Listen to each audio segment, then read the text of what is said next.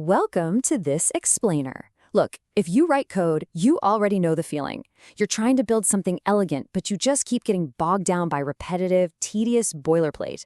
It totally drains your productivity, right? Well, today we're diving right into a developer's mind to look at a brilliantly simple Haskell refactoring technique. We're going to see exactly how centralizing error-throwing logic into a custom app monad can take a cluttered codebase and turn it into pure, readable elegance. So we're jumping right into the thick of things, straight into the digital journal of a developer named Ang. In part 220 of their Notes on Haskell Programming, Ang has just pulled off a pretty huge milestone, successfully migrating a codebase from a regular I/O monad over to a custom app monad. But as anyone who's done heavy refactoring knows, when the big architectural migration is done, you're usually left with this messy boilerplate dust just scattered all over your files. And Ang, well, they decide not to just leave it there. They're going to clean it up. All right, section 1, the lingering boilerplate problem, or, the dust after the renovation. Let's look at what this actually means in a Haskell environment. Here is the culprit they found, lift I/O, throw I/O. It's literally everywhere.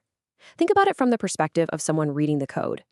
Every single time a developer opens a module, their brain first has to parse this mechanical plumbing, navigating the monad stack, maybe lifting from a reader T all the way down to I/O, just to lift the exception before they even see what the actual error is.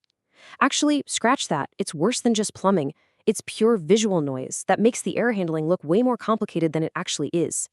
Okay, moving on to section 2, creating the throw app helper, a simple one-line solution. And here it is. This is the fix. Throw app equals lift IO dot throw IO. Just one line. By using function composition, which is represented by that single little dot right there, to combine lift IO and throw IO, Ang elegantly hides all that cumbersome syntax. It's bundled up behind a clean, readable, and highly semantic function name. The whole point here is abstraction. Instead of worrying about exactly how an exception is being hoisted into the right context, everything just funnels smoothly and uniformly through our custom domain app monad. It shifts your focus completely away from the mechanics of the language and puts it right back on the business logic, which is exactly where it belongs. Which brings us to section 3, codebase before and after. Let's look at the actual visual impact of this refactoring in the real world. Check this out. The psychological difference when you read these two lines is just night and day.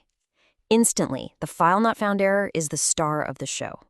When you swap out that clunky lift IO, throw IO syntax for the streamlined throw app function, your eyes don't snag on the underlying monadic lifting anymore. You just read, if it doesn't exist, throw the app error file not found. It's basically plain English. And that exact same magic applies to read failed exceptions too. When you're dealing with an either block, there is already a ton of syntax to juggle mentally. The old version forced you to parse this dense wall of standard functions, but the new version, it cuts right through that visual noise. The failure path is incredibly clear now. We see this frustrating repetition just melts away again for not text file validations. If you're writing a bunch of data checks, dropping 2 extra function calls from every single line is a huge deal. It drastically lowers your cognitive load when you have to come back and maintain this file later. Finally, for the invalid UTF-8 errors, the transformation is totally complete. We're left with clean, highly readable, domain-specific error handling. Notice how every single one of these examples now follows the exact same predictable pattern. It doesn't even matter what kind of error is being thrown anymore. When you pull back and look at this aggregated view on the table, you can really feel the cumulative impact of this refactoring. By killing this boilerplate across 4 totally different error types, Ang has standardized the entire interface. The big takeaway here? One line of clever, centralized abstraction can instantly level up the readability of hundreds of lines of code. That is a massive return on investment. But as Ang points out in their sign-off, a developer's work is never truly done. Even after a huge migration and a super satisfying cleanup of the leftover boilerplate, there's always room for improvement, because code is a living thing, right? There are always more tiny changes to make. So that leaves us with a pretty compelling question. With this distracting boilerplate finally out of the way, what fascinating tiny changes is Ang going to uncover and refactor in part 221?